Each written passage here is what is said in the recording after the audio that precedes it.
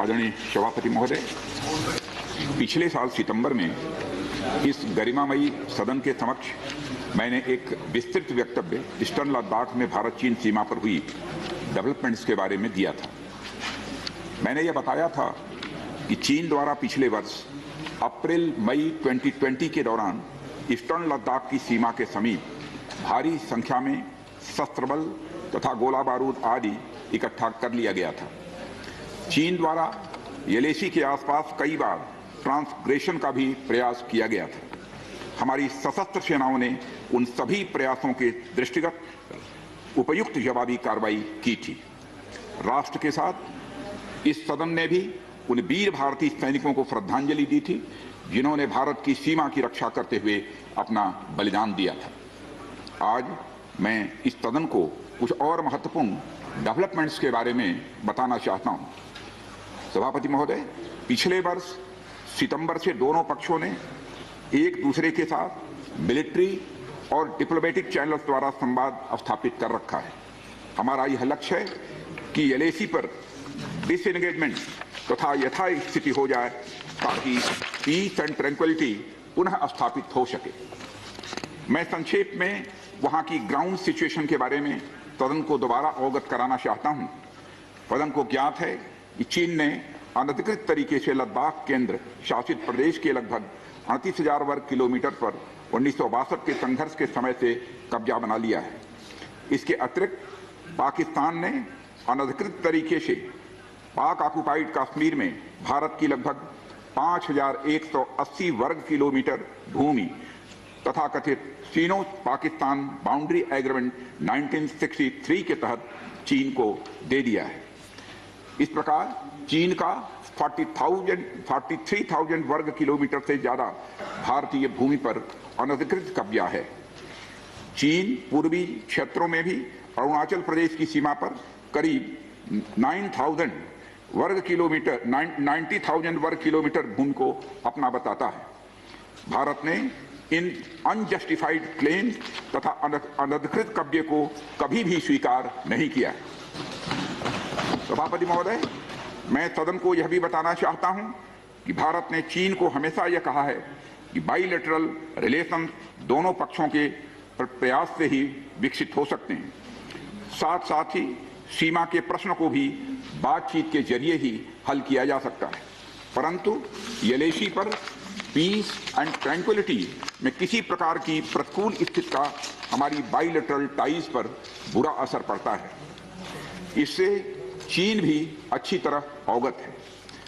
कई high level joint statement में भी यह जिक्र किया गया है कि येलेसी तथा सीमाओं पर पीस एंड ट्रैंक्विलिटी कायम रखना बाइलेटरल रिलेशन के लिए यह अत्यंत आवश्यक है।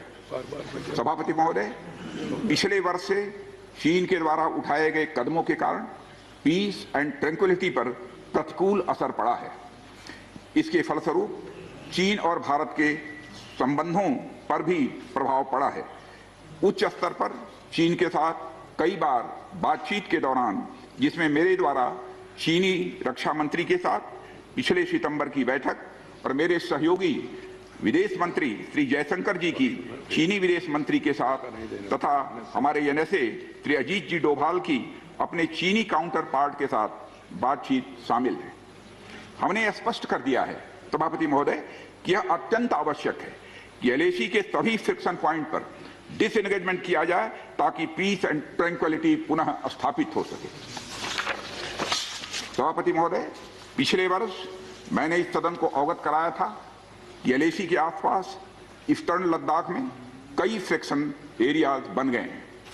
चीन ने बड़ी संख्या में सेना एवं गोला बारूद आदि भी येलेसी के आसपास तथा उसके पीछे अपने क्षेत्रों में इकट्ठा कर लिया है।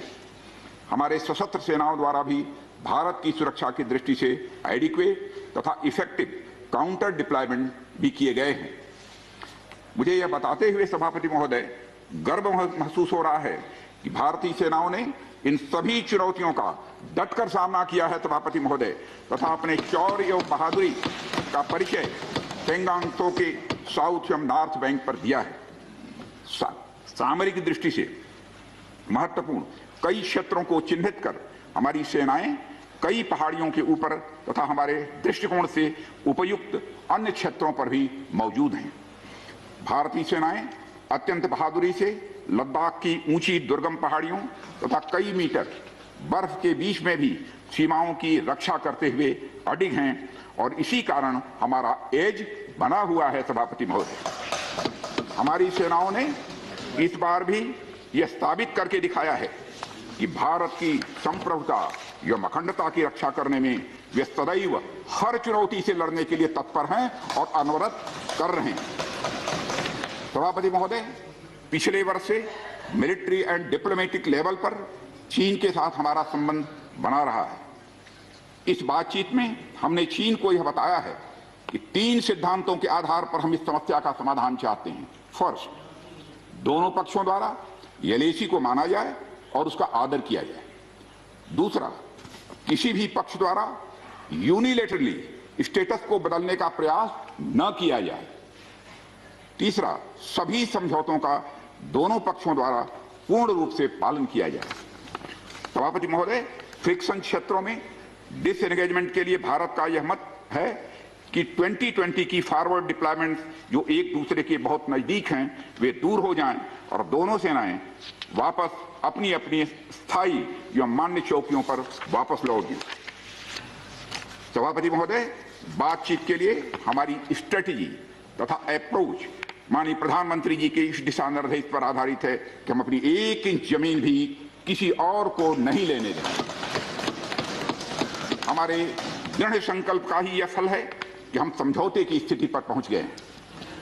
इन दिशा निर्देशों के दृष्टिगत सितंबर 2020 से लगातार मिलिट्री एंड डिप्लोमेटिक लेवल पर दोनों पक्षों में कई बार बातचीत हुई है कि इस डिसएंगेजमेंट का म्यूचुअली एक्सेप्टेबल तरीका निकाला जाए।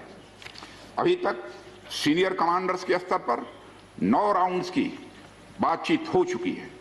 राजनयिक स्तर पर भी WMCC यानी working mechanism for consultation and coordination of India China border affair के तहत भी बैठकें होती रही हैं।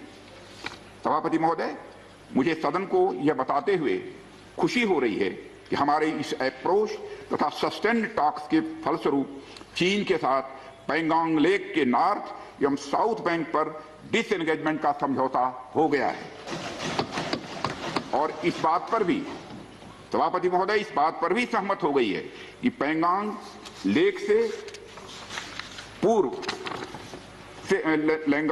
पैंगोंग लेक से पूर्ण डिसएंगेजमेंट के 48 आवर्स के अंदर सीनियर कमांडर स्तर की बातचीत हो तथा बाकी बचे हुए मुद्दों पर भी हल निकाला जाए।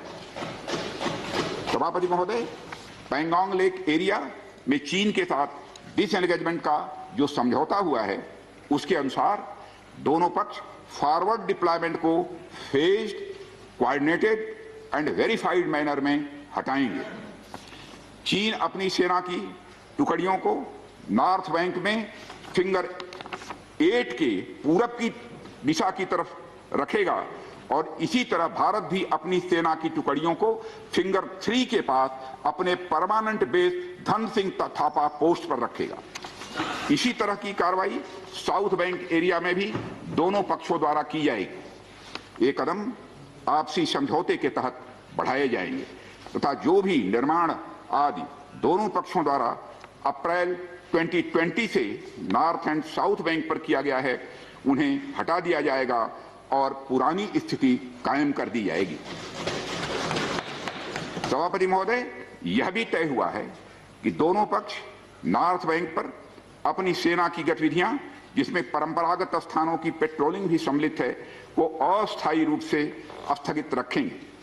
पेट्रोलिंग तभी शुरू की जाएगी जब सेना एवं राजनयिक स्तर पर यानी डिप्लोमेटिक लेवल पर आगे बातचीत करके समझौता बनेगा।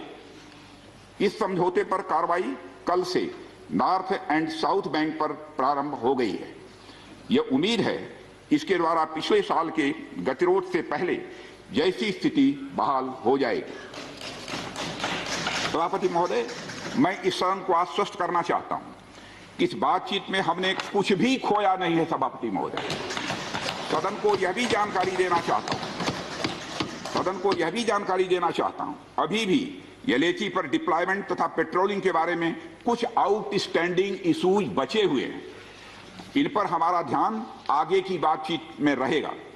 दोनों पक्ष इस बात पर सहमत हैं कि बाइलेटरल एग्रीमेंट्स तथा प्रोटोकॉल के तहत पूर्ण डिसएंगेजमेंट जल्द से जल्द कर लिया जाए। अब तक की बातचीत के बाद चीन भी देश की संप्रभुता की रक्षा के हमारे संकल्प से पूरी तरह और अच्छी तरह अवगत है।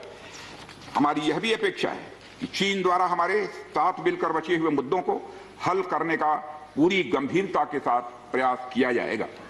सभापति महोदय, मैं इस सदन से आग्रह करना चाहता हूं कि मेरे साथ संपूर्ण सदन हमारी आर्म्ड फोर्सेस की इस विषम एवं भीषण बर्फबारी की परिस्थितियों में भी शौर्य और वीरता के प्रदर्शन की भूरी भूरी प्रशंसा करे।